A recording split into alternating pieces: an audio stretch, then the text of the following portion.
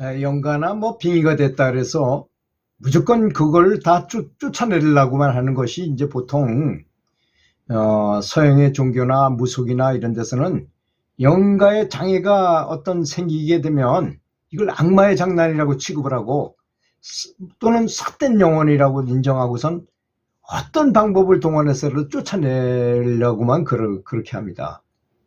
하지만 부처님의 가르침은 다르죠. 자비경에서 말씀하셨듯이 그 영가는 추방당해야 할 그런 존재가 아니라 우리가 구제해줘야 할 하나의 중생이라고 생각한다는 것입니다. 그렇지 않습니까? 모든 중생이 아닌 것이 어디 있겠습니까? 도리어 장애인을 일으키는 영가일수록 자기가 이제 안착해야 할 세계로 가지 못하고 떠돌아다니는 아주 불쌍한 구제를 받아야 할 대상인 중생일 것이 아니겠습니까? 절대로 귀신을 오직 추방해야 되겠다는 그런 자세로 천도하지 말아야 한다는 것입니다. 천도는 말 그대로 좋은 곳으로 가도록 인도하는 것을 말하는 거 아니겠습니까? 만약에 법력이 아주 높으신 깨달은 스승이 있다면 그 영가한테 빛을 비춰줘 가지고 지혜의 빛을 비춰줘서 그 빛의 힘으로 더 좋은 곳으로 갈 수 있으면 거기 있으라 해도 있지 않겠죠. 그렇지 않습니까? 그런 개념을 가져야 된다는 것입니다. 우리는 영가의 세계를 다르다고 봐서는 안 된다고 그럽니다. 사람과 사람들이 세상에서 인정을 나누는 것과 같이 연가라 하더라도 정을 쏟고 마음을 주는 것이라는 것입니다. 귀신의 세계도 인간의 세계와 크게 다를 바가 없다는 것입니다. 그래서 부처님은 이제 500명이나 되는 제자들이 숲속을 찾아서 조용한 데 가서 명상을 하려고 갔어요. 갔는데 가만히 보니까 그 숲속을 지키는 정령들, 나무 정령들, 뭐 여러 정령들이 많잖아요. 그런데 수행자들이 오니까 수행자들 위에 올라갈 수가 없답니다. 그것들은. 그러니까 그 수행자들이 앉아있으면 밑에 내려와 있을 수밖에 없는 거예요. 그래서 장마가 지거나 질퍽할 때도 저 사람들이 계속 있으면 어떡하나 해가지고 걱정이 돼가지고 나중엔 안 되겠다. 이 사람들이 안 가고 여기서 계속 있을 모양이니까 어떻게든 내쫓아보자 해가지고 목 없는 귀신으로 나타나기도 하고 의눈 달린 도깨비로 나타나기도 해가지고 계속 괴롭히는 거야. 쫓아내려고. 이 수행자들을. 하도 처음에는 뭐 그거 우습게 생각했죠. 뭐 수행하는데 그까지 나타나봐야 부처님 제자들인데 부처님한테 배운 바가 있으니까 그냥 거들떠 보지도 않고 그랬지만 너무 심한 거야 나중에 보니까. 그래서 안 되겠구나. 그래서 이제 이 무리들이 부처님을 찾아갔어요. 부처님, 지금 이렇게 많은 이런 곤란에 빠졌는데 어떻게 하면 좋겠습니까? 하고 말씀을 드렸더니 이때 이제 부처님께서 설하신 경이 바로 자비경입니다. 슬기로운 사람은 나무람을 받을 만한 일을 어떤 것도 하지 않으니 그 사람은 오직 모두가 잘 되길 간절하게 빌 뿐이다. 행복하고 평안해라. 온 생명이 부디 행복할지라. 약한 것이나 강한 것이나 숨쉬는 거라면, 즉 살아있는 모든 것이 긴 것이나 짧은 것이나 중간 것이나 뭐 긴 것이나 뭐 가늘거나 굵거나 남김없이 보이거나 안 보이거나 가깝거나 멀거나 하여튼 살아있는 모든 것을 말하는 거죠. 앞으로 태어날 생명까지도 모두 행복할 것이다. 이런 기도를 해야 된다고 말씀하셨어요. 남들을 속이지 말라, 얕보지 말라, 어느 때는 어떤 일로도 홧김에 또는 오기를 부려서 남을 불행해지기를 바라지 말아라. 마치 어머니가 하나밖에 없는 아들을 목숨으로 감싸듯이, 목숨을 걸어서 지키잖아요, 어머니가. 모든 생명을 향해 큰 자비심을 베풀라고 이렇게 말씀하셨어요. 온 세상이 자비로 가득 채우리라는 큰 마음을 품을 것이니 위아래 그리고 가로질러 미움이나 악의도 없이 어떤 견해도 고집하지 않으며 덕과 지혜를 갖춘 사람, 되도록 하라.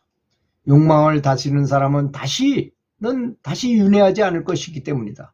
이제 이런 말씀을 듣고, 그러니까 어떤 거라도 자비롭게 친구가 되고 그들을 도와주려고 노력하면서, 그래서 그걸 외우면서, 그거 부처님이 말씀하신 이 자비경을 외우면서 숲속으로 다시 들어갔어요.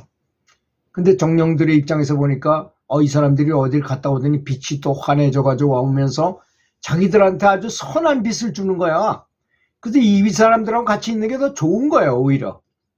그것은 마치 탁구 잘 치는 사람하고 같이 옆에 있으니까 자기도 그 사람이 자꾸 도와주면 금방 실력이 느는 거와 마찬가지로 자기들도 아주 굉장히 진보하고 좋아지겠다라는 것입니다. 그러니까 전혀 이분들하고 같이 사는 건 좋기만 하구나, 이런 느낌을 받아가지고 아주 행복하게 서로 도와가면서 이 수행자들이 어려움에 처음에 오히려 자기네들이 가서 돕기도 하고, 또 이 정령들이 어렵고 힘들으면 이 수행자들이 빛을 줘가지고 도와주기도 하고, 이렇게 해가지고 서로 사이 좋은 상태를 유지했다고 말하는 것입니다.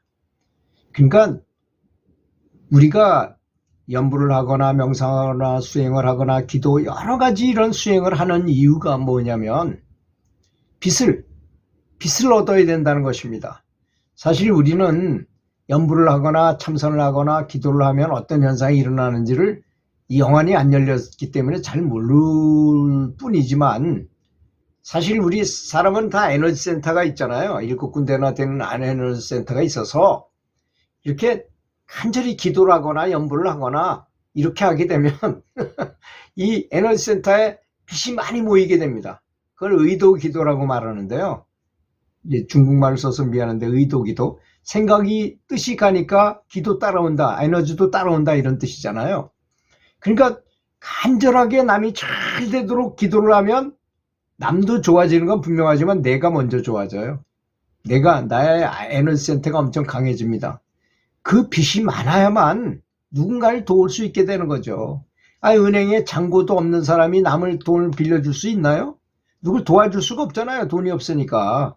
그래서 평상시에 많이 모은 사람, 그래서 뭐 대행 스님이나 이런 분들 보면 여기 원주에 있는 치악산 상환사라는 곳에 톡을 해서 이분이 돌을 닦으시다가 깨달음을 얻으셔가지고 원주 지방에 내려와서 환자들을 딱 보기만 하면 빛으로 한번 쫙 비춰주면 병이 탁탁 고쳐지는 거야. 어떤 사람은 간질병 환자 있잖아요. 길 가다 간질해가지고 막 쓰러져서 한 사람을 보고 대행스님이 빛을 쫙 비춰주니까 그대로 뻘떡 일어나서 그냥 가고 영원히 다시 재발 안 했다는 말이 있습니다. 그렇게 병도 많이 고쳐주셨어요, 그분이. 또 이렇게 길을 가고 있는데 뱀이 자기한테 말을 거는 거예요. 스님, 저는 어떻게 하다가 제가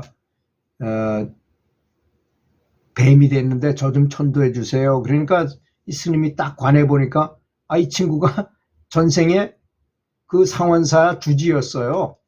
주지였는데 돈에 욕심이 너무 많아가지고 벽장 위에다가 돈을 감춰놓고 그리고 싹 벽지로 싸버려놨어요. 근데 이제 그런 욕심을 가지고 있다가 죽으니까 그 돈을 지키려고 매일 그 상원사 그 절에 있는 부근에 가서 왔다 갔다 하면서 이 구렁이가 돼가지고 있는 거예요. 그래서 이제 저를 좀 도와주세요, 저를 천도 좀 시켜주세요 하니까 이제 빛을 쫙 비춰주니까 이 뱀이 죽었어요. 죽어가지고 천도가 돼서 갔어요. 그 다음에 이제 뱀이 한 얘기를 듣고서 그 상원사 다락에 있는 그 뱀이 말한 것을 이렇게 뜯으니까 정말로 돈이 아무 따리가 거기 있더라는 겁니다. 그래서 물론 뭐 시주하고 말았지만 하여튼 그런 것들이 바로 우리가 수행을 해야 되는 목표는 자기 자신만을 위한 것이 아니고 세상 모든 것이 다 잘 되도록 해야만 일체 의심주기 때문에 나도 잘 되고 남도 잘 되는 하는 일마다 다 잘 되고 원하는 것마다 생각만 해도 착착착 이루어지고 하는 현상이 아주 최고의 조화로운 상태가 된다는 그런 말씀이 되겠습니다. 그래서 오늘 제목처럼 연가라 하더라도 무조건 내쫓으려고만 그러지 말고 정말 빚을 주고 진정하게 도와줘서, 그러니까 우리 현실 사회에서도 그렇잖아요. 돈이 없는, 우리 집에 새 들어 사는 사람이 돈이 너무 없어. 그 사람을 내쫓으면 어디 갑니까? 갈 데가 없으니까 할 수 없이 또 다시 들어올 수밖에 없잖아요. 우리 집으로. 그럴 때 내가 돈을 줘. 그 사람한테. 야, 이 돈 가져가서 더 좋은 데 가 살아라. 하면 그 사람이 그때야 나갈 거 아닙니까? 다시는 오지 않죠. 왜 옵니까? 더 좋은 데로 안내했는데. 그렇게 하려면 우리는 공덕을 많이 쌓아야 된다는 얘기죠. 그래서 수행이 필요합니다. 이래서도 필요하고 저래서도 필요하고, 수행보다 더 좋은 일은 없다고 생각해야만 정말 진정한 수행의 기쁨도 느끼고 즐거움도 느끼고, 또 이걸 하길 잘했구나, 이게 바로 최고구나, 일생에서 가장 중요한 것이 바로 이것이었구나 라고 생각하게 될 것입니다. 감사합니다.